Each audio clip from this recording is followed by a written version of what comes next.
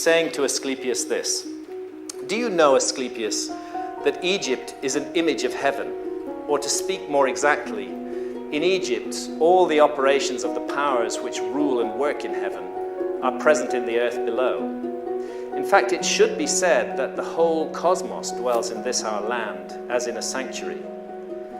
And yet, since it is fitting that wise men should have knowledge of all events before they come to pass, you must not be left in ignorance of what I will now tell you.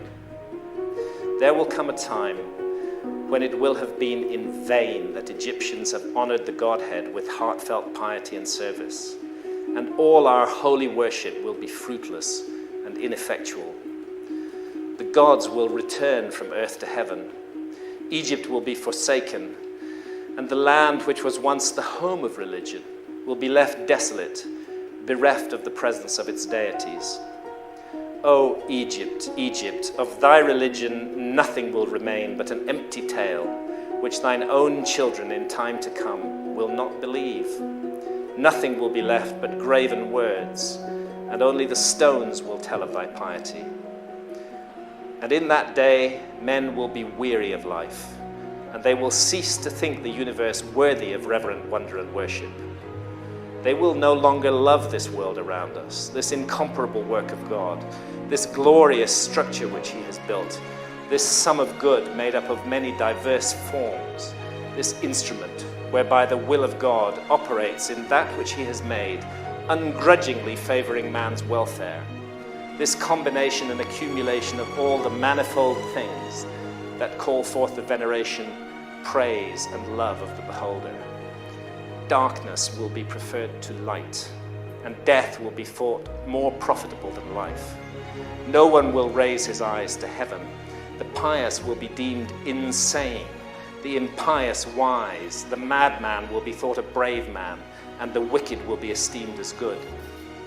As for the soul, and the belief that it is immortal by nature or may hope to attain to immortality, as I have taught you, all this they will mock, and even persuade themselves that it is false.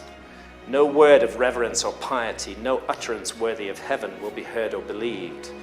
And so the gods will depart from mankind, a grievous thing, and only evil angels will remain, who will mingle with men and drive the poor wretches into all manner of reckless crime, into wars and robberies and frauds, and all things hostile to the nature of the soul. Then will the earth tremble, and the sea bear no ships. Heaven will not support the stars in their orbits. All voices of the gods will be forced into silence. The fruits of the earth will rot.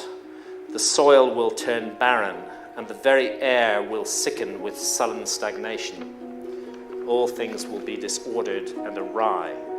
All good will disappear. But when all this has befallen Asclepius, then God, the creator of all things, will look on that which has come to pass, and will stop the disorder by the counterforce of his will, which is the good. He will call back to the right path those who have gone astray.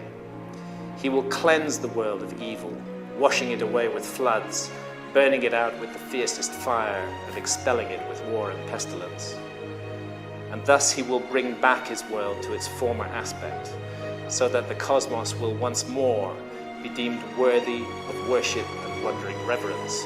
And God, the maker and maintainer of the mighty fabric, will be adored by the men of that day with continuous songs of praise and blessing.